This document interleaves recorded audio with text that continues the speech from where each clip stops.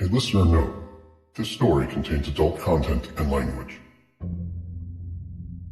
There are a total of 13 stab wounds which have penetrated the body. They are all arbitrarily numbered from 1 to 13.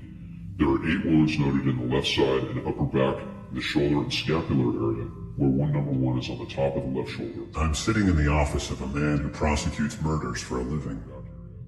His name is Matt Murphy. He's a veteran assistant district attorney who handles homicides out of Newport Beach, California. If you're from somewhere else and have a mental picture of Orange County about an hour south of LA, Newport Beach is probably part of that image. It's the side of the county that the tourist guides want you to see. Pacific Coast Highway runs through it, luxury shopping, piers and surf shops and plastic surgeons, yachts and cliffside mansions. I used to cover the city as a crime reporter for a local newspaper. There weren't a lot of murders, maybe 1 a year, 2 or 3 in a very bad year. Greed or lust figured prominently in the most memorable ones. These days, if you're one of the rare people who meet a violent death in Newport Beach, Matt Murphy is the prosecutor who will hear about it. The homicide case that landed on his desk in the summer of 2016 was particularly violent, and it was unique in his experience. Number 5 is on the left, more to the upper arm area. Number 6, 7, and 8 are close to the midline region of the upper back. All of these stab wounds are superficial wounds. They have all been sutured by metallic staple sutures. Murphy is reading the autopsy report, which is part of how he assesses whether there's a prosecutable offense. A homicide is the killing of one human being by another. He had to decide whether it was a crime. Wound number 13, which is the fatal wound, is the upper left eyelid, 1 centimeter in size. Only wound number 9 has some bruising around it, and then another bruise noted around 12 and 13. So, when you review something like this, what it tells you is, this young woman fought like hell.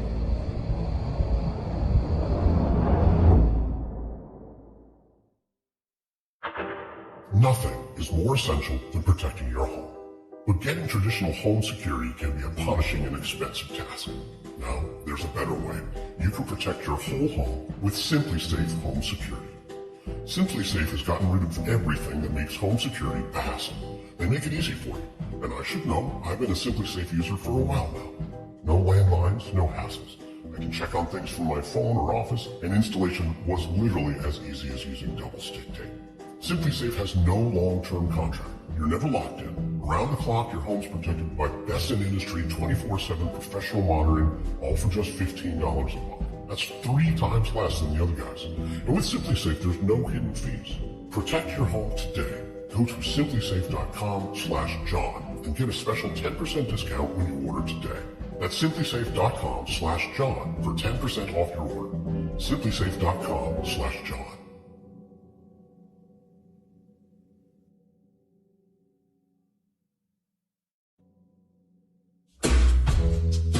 From the Los Angeles Times and Wondery, this is Dirty John. I'm Christopher Goffard.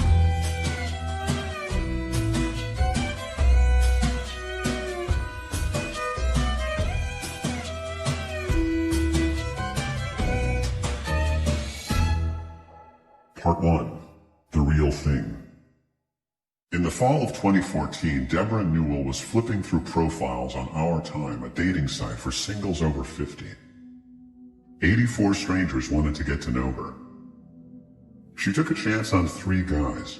She had coffee with one, dinner with another, breakfast with a third. They were older and less handsome than their profile pictures. There wasn't any chemistry. Debra Newell has hazel eyes and high cheekbones and wavy blonde hair. When she was in her 30s, a man threw himself on the hood of her car, begging for a date. For years, attracting men had been as easy as walking into a room. Now she was 59, married and divorced 4 times. Her 4 kids were grown, and she had a flourishing interior design business. She wanted a man to travel with and share her success with. She worried that she was too old for another chance at love. She tried the site again. Someone else wanted to meet her. This guy checked every box. Looked very successful, according to everything in his profile. He posted a few pictures, said he was a physician. So I thought, interesting. seemed safe. So we started talking. John Michael Meehan had thick, dark hair and a big, warm, friendly smile that invited trust. If you saw his smile on a billboard, you'd want whatever he was selling. He looked a little weathered, but he might have once been an All-American quarterback on a trading card. They exchanged texts, then phone calls. He said, "You are so my type." And the last guy I was with said I wasn't his type. I thought, oh, I'm so his type. Well, okay, good. That's a good thing.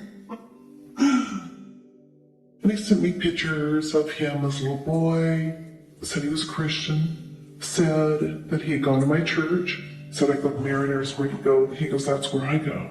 Said that I had 4 kids and grandkids. Goes, oh, how lucky you are. I would love to meet them.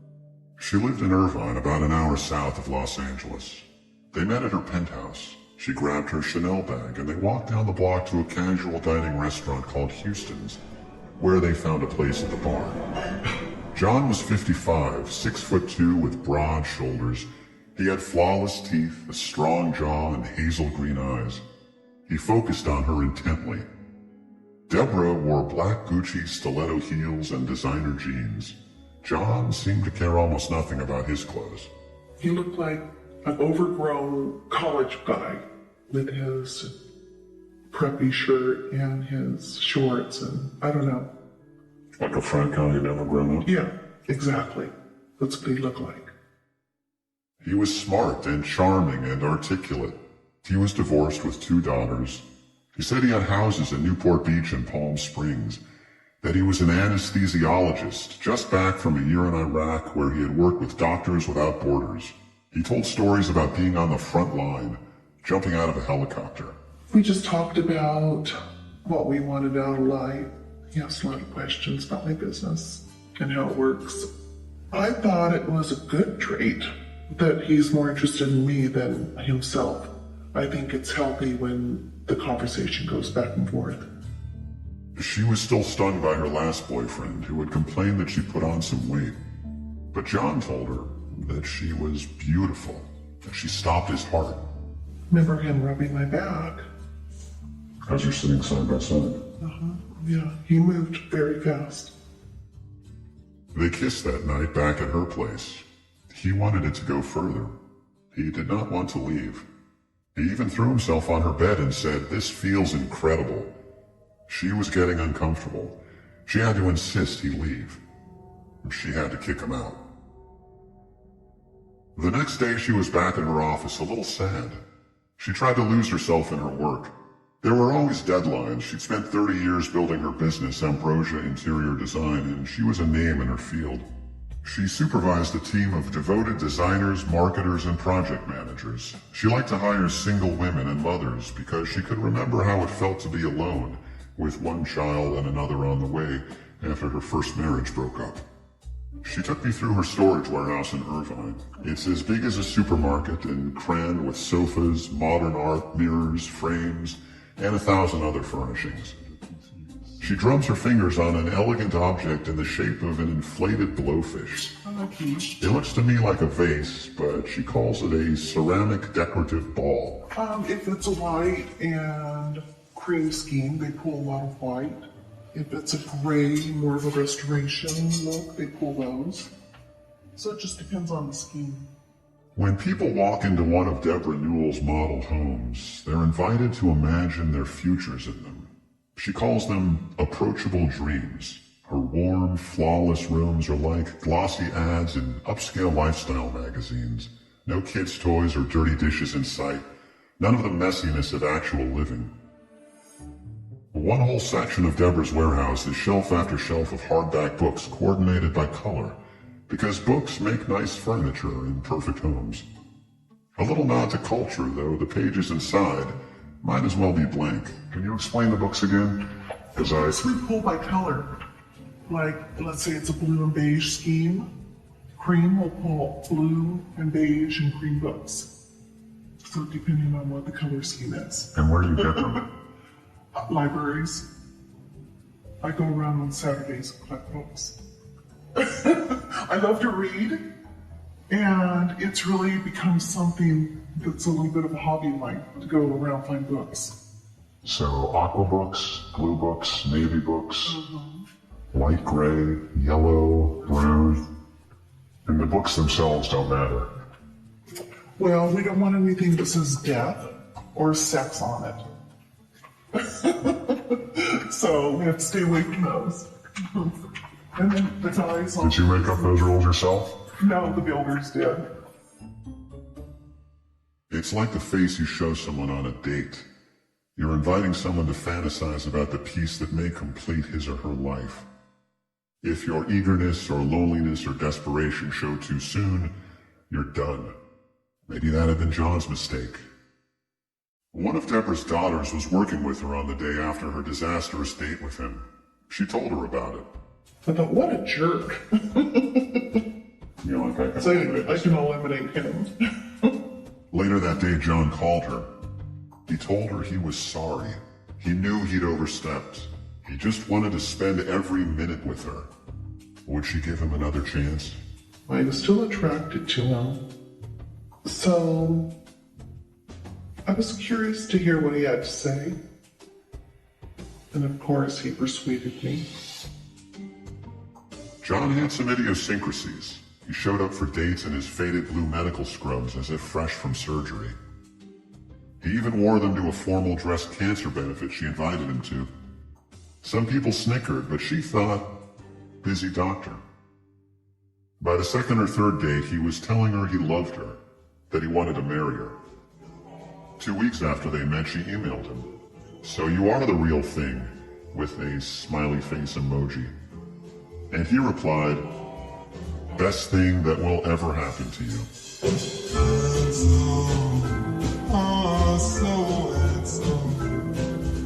Gentle and sweet knocks me off my feet every time I see him. Handsome, He began spending the night regularly at her Irvine penthouse. This alarmed her 24-year-old daughter, Jacqueline, who lived there with her. Jacqueline thought he looked homeless. She remembered the first time she saw him at their place. Well, the second I opened the door, I just kind of looked at him head to toe and thought to myself, oh, this loser. He didn't carry himself very well. His body was kind of moping around. He looked very focused. His eyes were going from one corner of the room to the other as if he was scanning, thinking pretty hard about something. He had a lot going on in his mind, but he was pretty calm. Even at a glance, Debra Newell's penthouse reflected money.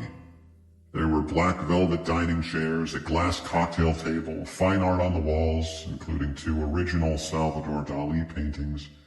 Jacqueline had a collection of expensive bags and purses. I have a safe where I keep Birkin bags and like my nicer purses. And I had it in my office area, and he walked in and said, what do you have in the safe, kiddo? And I said, none of your business. And I slid the door closed behind him. I believe that was my second interaction with him. And then I told my mom that she better get this creep out of the house or I don't plan on living with her. Debra wasn't surprised by the criticism. She often exasperated her kids with her taste in men. They found something bad to say about anyone she dated. They'd seen her endure one bad relationship after another. Over the years, men had yelled at her, hit her, and taken her money. Soon, she and John were quietly looking for a place together. They found a house on the boardwalk on Balboa Island in Newport Beach. The rent was $6,500 a month. She put down a year in advance. He didn't want his name on the lease. Tax problems, he said. After Jacqueline's overt hostility, Debra wasn't about to tell her kids that John would be moving in with her. She knew what they'd say, that she was moving too fast, acting with her heart, repeating old mistakes. What her kids didn't see was how well he treated her day by day, better than her husband's had. How he brought her coffee in the morning and got her groceries. How he took her Tesla and Range Rover in for maintenance. Sometimes he even carried her purse for her. She was convinced that they'd understand how wonderful he was once they got to know him. And she knew that if any of her kids would give him a chance, it was her youngest, Tara. Debra Newell was 23 and as quiet and non-confrontational as her sister Jacqueline was assertive. If Jacqueline was the streetwise family rebel, Tara was the pleaser. The first word people used to describe her was sweet. Tara was into dogs and zombie shows, church and country music. She had Psalm 23 tattooed on her foot. She had her mom's blonde hair and soft manner. She was an avid hiker, fit but physically small, with a gentleness that made her seem smaller still. She was living outside Vegas with her boyfriend. They'd met at a pet store where they both worked and had bonded over The Walking Dead. Tara was taking online dog grooming classes. For years, Tara had watched men come in and out of her mom's life. She knew her mom liked to take care of people and tried to see the best in them. Sometimes she trusted too easily, so Tara felt protective of her mom. She liked Christians, and some men would lie and say they were a Christian just to charm her. And they would go to church with her, but they wouldn't be involved or have a personal connection with the Lord. Tara wondered why a guy who sounded as good as John would still be single. She wanted to have a look at him. A few days before Thanksgiving, Tara and her boyfriend Jimmy Grob drove out to Southern California for a few days. John was helping Debra move into her new rental house on the water. At 6'2", John was physically imposing, and he towered over Tara by a full foot. My first impression of this guy, we walked in, and he just didn't really want to say hi to us. We tried to say hi to him, and he gave us like a quick hi, and we tried to help him move and stuff. She had her 3 dogs with her, including her miniature Australian Shepherd, Cash. We went into the house, we had the dogs there and stuff, and they were roaming around. They were very anxious, picking up probably from my energy from John, and John's energy just, he wasn't thrilled to meet us. I just thought maybe he might be shy or something else might be going on. Jimmy thought John's behavior was odd. He huffed and strained as he tried to move Debra's queen mattress single-handedly. He tried to throw the mattress a few feet in front of him, wrestle it downstairs and onto the car. It wasn't taking any help. Me and Tara and someone else were there, and we're looking at each other like, is this guy for real right now? Like, he's just really overdoing it for no reason. It seemed like he was trying to impress us or Debbie or both. Just some kind of ego trip that he had. While Tara and Jimmy were staying in Debra's spare bedroom, Debra was trying to maintain the illusion that John wasn't really living there. He'd moved in after knowing her just 5 weeks. Here's Tara. About the second day we stayed there, I went into her bathroom to get some Q-tips, and his stuff was just all there. And then I questioned her about it. I was like, why is his stuff here? You told me he wasn't moving in because he only known her for 2 months. And she couldn't shake a few questions. If he had houses in Newport Beach and Palm Springs, why had no one been allowed to see them? Why was he always driving Mom's cars instead of his own car? Why did he seem to spend all day playing Call of Duty on the 70-inch plasma TV Mom had bought for the house? If he was a doctor, why did he seem to own nothing but a few old clothes?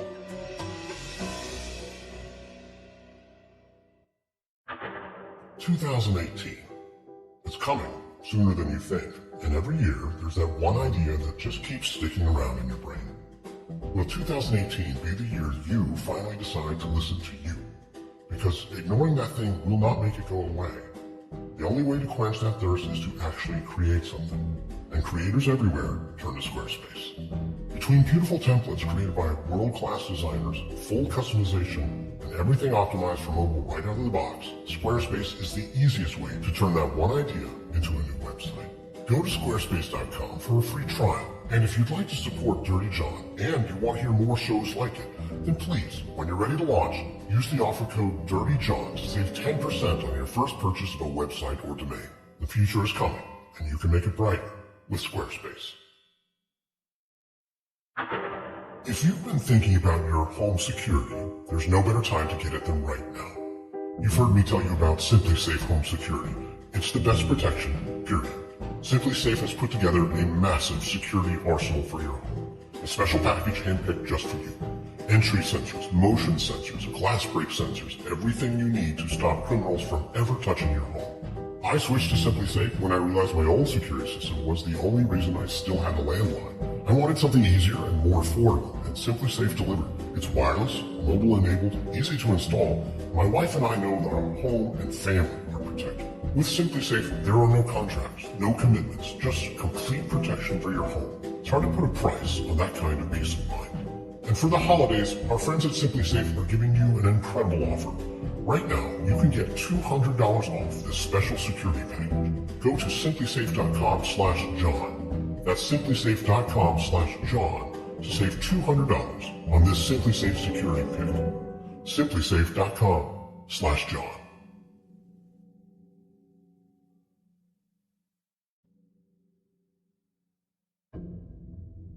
I was just confused because, to be honest, his story about having the 3 cars and the house, it didn't make a lot of sense to me. I called BS on that. Tara was looking through a closet when she found a box of John's stuff. There was a nursing certificate with his name on it. I don't know the medical field that much, so I just thought he had a nursing certificate on top of the anesthesiologist degree or whatever. And I said, oh, I found his nursing certificate to my mom, like, how do you think he's not moving in here? She told me he was getting his stuff, or she was getting his stuff framed for him. And that's why I was there. Tara wasn't satisfied with the explanation. And she did something Debra was not accustomed to from her quietest, most docile daughter. For the first time in Tara's life, she lashed out and screamed at her mother. Why was she lying? Why didn't she just admit that he was living there? My mom came up before him, started questioning me, why are you asking me this and stuff? And then he came up right behind her and just started screaming at me. I'm in the back bedroom and I just hear a bunch of yelling, and all of a sudden Tara runs to the back bedroom crying hysterically, and John isn't too far behind, bursts into the room, and it just happened so quick, just like the flip of a switch. He was accusing me of wanting to take my mom away from him, and also accusing me of snooping through his things, which I didn't. But because he said that, it made me question, what is he trying to hide? I just screamed back because I didn't like the things he was saying. And when someone's screaming at you, it's hard for you not to have a reaction out of that. He was yelling that she shouldn't have been snooping through his stuff, and that his kids would have been punished for this, being spanked and smacked. He definitely was trying to take control. He was definitely sticking his chest out, trying to take a commanding position. You know, I had a broken hand at the time, so it was just, kind of felt like I couldn't do anything in that moment except stand up for Tara, and he definitely didn't like that. I could tell that she was more scared than anything because he was very brooding, male dominant, personality type. Before that, we hadn't really seen that. We'd seen this, kind of cool, suave, Newport Beach looking guy. Debbie and John kicked us out that night, and it was just a very emotional, very scary, event, especially on Thanksgiving. You'd expect that family would be brought closer together. I even remember telling Debbie as we were walking out, I thought Thanksgiving was about family and not boyfriends. And I can tell that got to her because I think she was starting to realize who and what she was giving up just for this guy. And we were not welcome there for Thanksgiving because he didn't want us there, and he was living there. So that truth came out that he was living there. Yeah, I yelled at her too because I told her, I was like, how can you let this guy talk to me? I said it way differently. I screamed at her. I said, how can you let this guy talk to me like this? This is your home. I'm your daughter. I just met him, like, what's going on? And you're gonna let me leave over him? So, that day was very hurtful. John had explanations for her kids' hostility to him. They were jealous. They wanted her money. They were waiting for her to die so they could collect. And he had an explanation for why he had a nursing degree but called himself a doctor. He said he also had a PhD, which earned him the right to the title, and he had advanced training in anesthesiology. The day after the blowout, the family gathered for the big Thanksgiving party at the Balboa Island house. It was impossible to ignore the sudden fissures in the family, impossible to ignore Tara's absence. But others were willing to give John a chance, like Debra's mother, Arlene. She adored him. We were standing at the window looking at the ocean and looking at the bay, I should say, and I was just kind of quizzing him, and he was very nice, very nice. But he never really dressed up. He was just kind of tacky looking. I thought for Thanksgiving Day, we always dressed up in our family, and it's made a real special day, and here he comes down and just looking pretty sloppy. But I thought, well, he works hard, and that's okay for him to do that. And we just kind of talked about little things, and I told Debbie later, I said, oh, I think he's a great guy. You know, he's just very nice and courteous, and he's very kind to me. When Jacqueline showed up, her cousin told her John wanted to have a private word with her in the alley behind the house. I was like, oh, hell no, this is not happening right now. I have nothing to say to you. Anything that he wanted to say to me, it could have been said in the house in front of everybody. So I did not appreciate that at all, and that prompted me to say some bad things about him. Like, I think he's the devil, and he's just a loser piece of shit. That's what I told everybody, and then I left the home. To John, this was more evidence that Debra's kids were spoiled and out of control. His words tugged at Debra's anxiety that maybe they were. She thought she could use a professional's objective advice. She found a psychologist, and the psychologist told her that her kids didn't have a right to run her life. She was 59. If this was the man she'd chosen, it was her business. So then the psychologist starts working with me to have boundaries with the girls. So I was told that I have to give them rules. That if they're going to come over, they have to be invited over. They can't just stay without calling first. That I have a right to hang up on them if they're going to yell at me.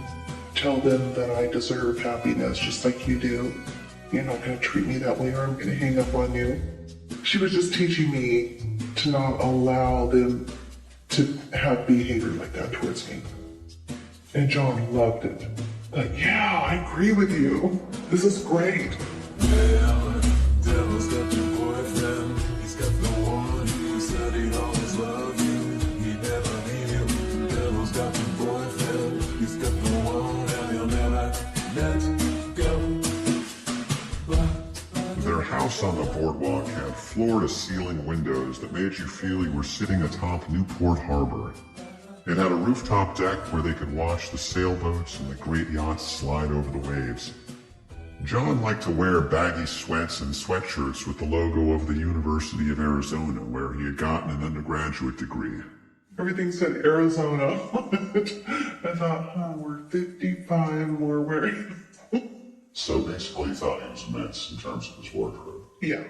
And he had the baggiest pants. She took him to buy a closet full of new clothes. They went to Brooks Brothers. He would try things on night and say, no, go back. They come out and some of that, I like that. Let's get that.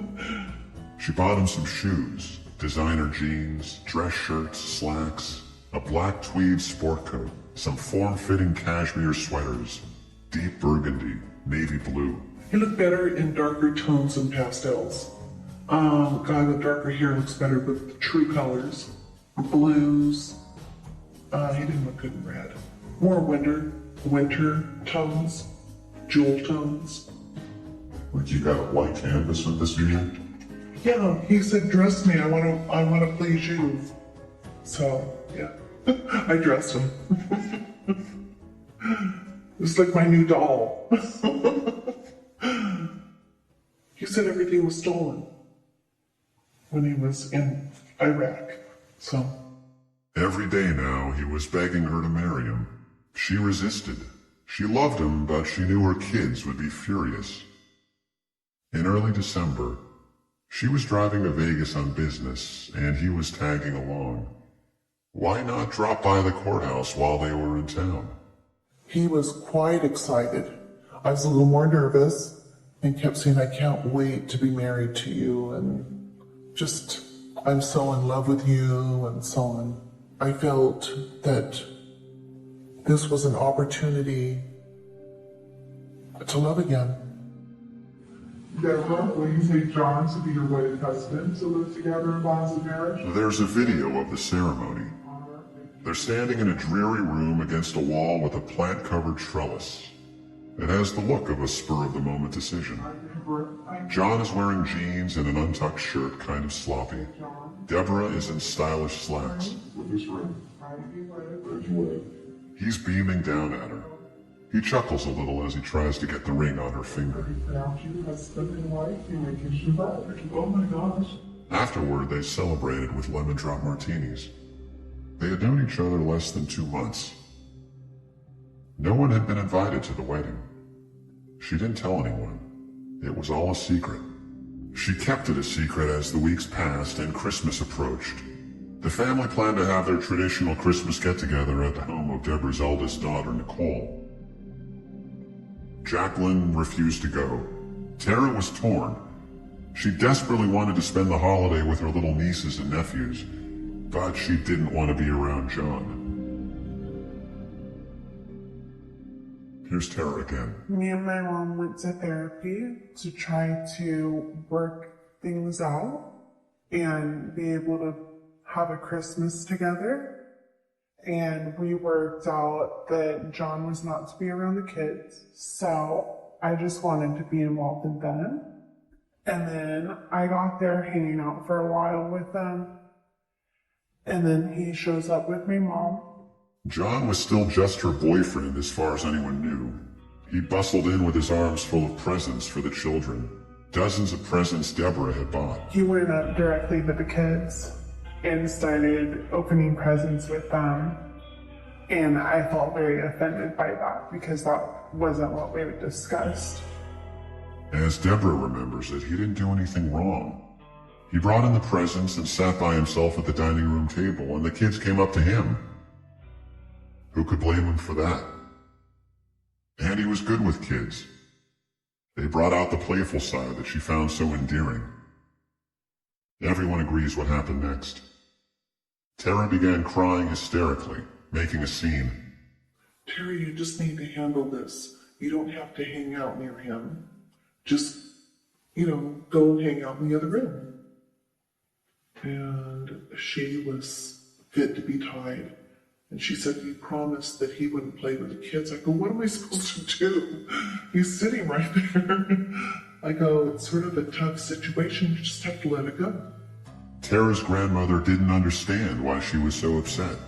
Here was Tara sitting in the family room by herself, just crying. Her eyes out, just trembling and crying. Oh, she was hysterical. She said, I just want to leave. She said, and I was getting upset with her for doing that. I thought, this is terrible. All of our family meeting for Christmas. And she was just sitting there shaking and just crying.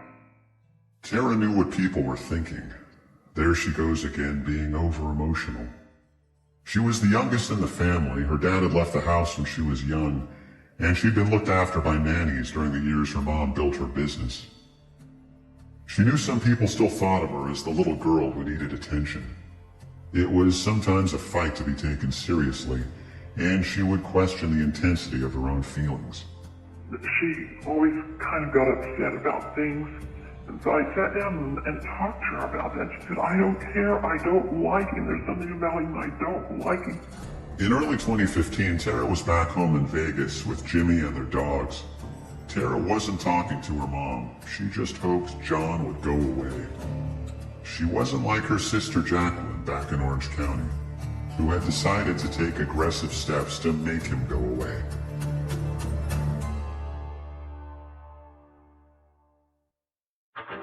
During the winter craze of planning for the holidays and balancing the rest of your life, cheese and crackers is a totally acceptable dinner, right? No, you deserve more. Step away from the box, put down the greed. Sunbasket is here to help. Sunbasket makes it easy to stick to your healthy habits and cook delicious meals at home. You pick from 12 weekly recipes, and they deliver organic and clean ingredients right to your door, pre-measured and easy to prep. This week was a hectic one for me. The job keeps me busy enough, but it's also my daughter's birthday this weekend, and no joke, even my mother-in-law is in town. Still, we sat down to home-cooked meals. Last night, we even had Korean rice cakes with ground pork and shiitake mushrooms. Delicious, and on the table from fresh ingredients in maybe half an hour? This holiday season, skip the grocery store and getting trapped in the parking lot madness. Discover how easy it is to get healthy, clean meals on the table with Sunbasket. Go to sunbasket.com/dirtyjohn today to learn more and get $35 off your first order. That's sunbasket.com/dirtyjohn for $35 off. sunbasket.com/dirtyjohn.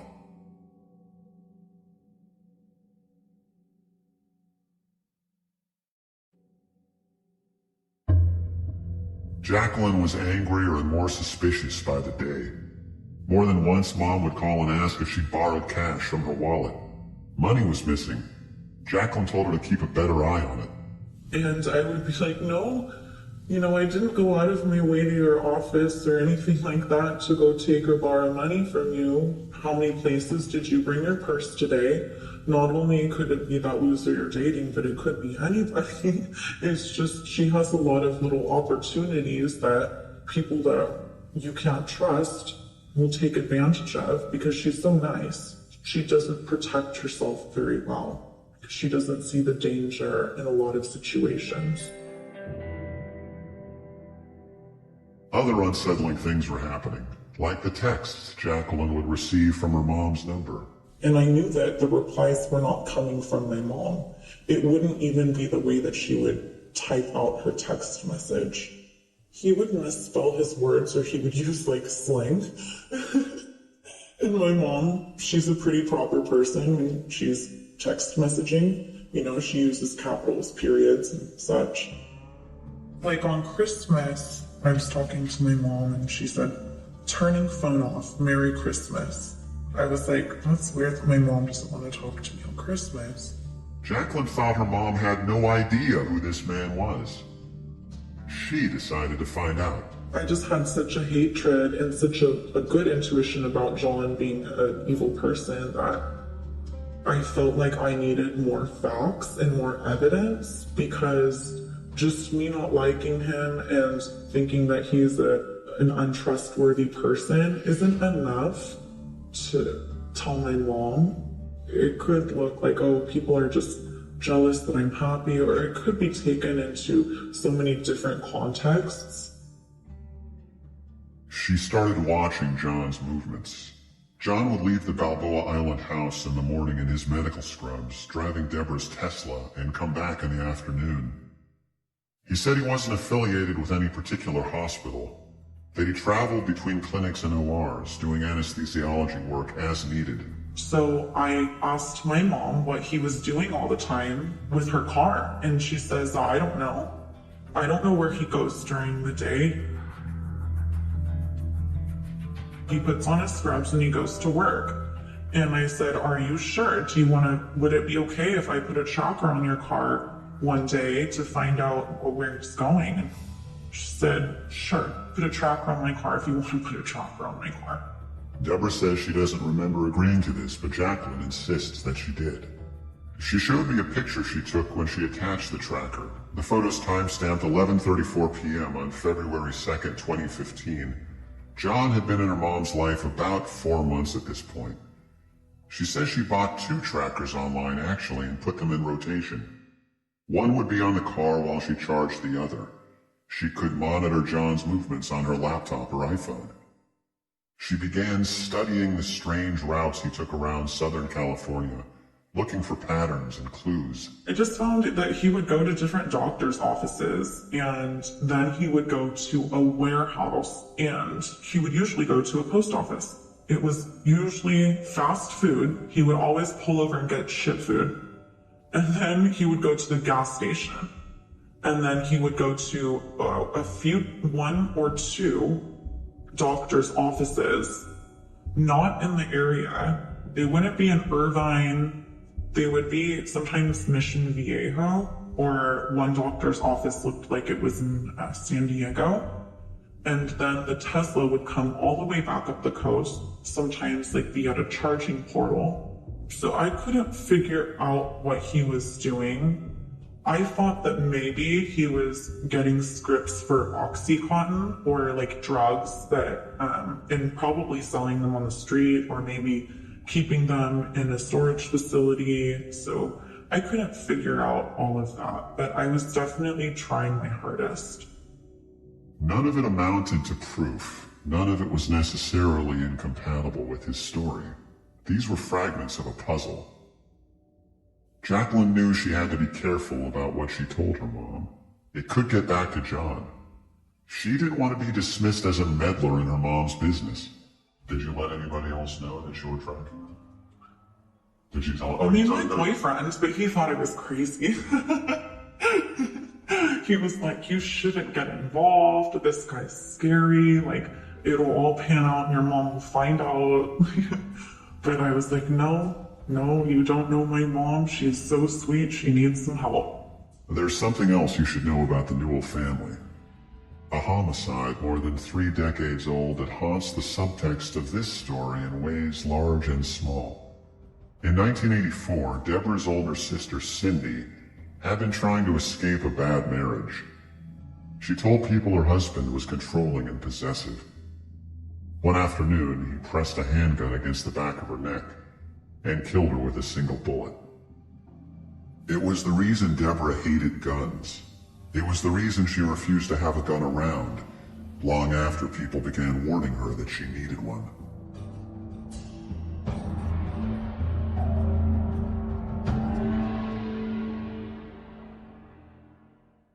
On the next episode of Dirty John. Here it is, right here. I have a picture. He had, $500 plus $475 plus $150 plus $3,414. A Sig Sauer. He was trying to get different gun parts, and he was adding them up.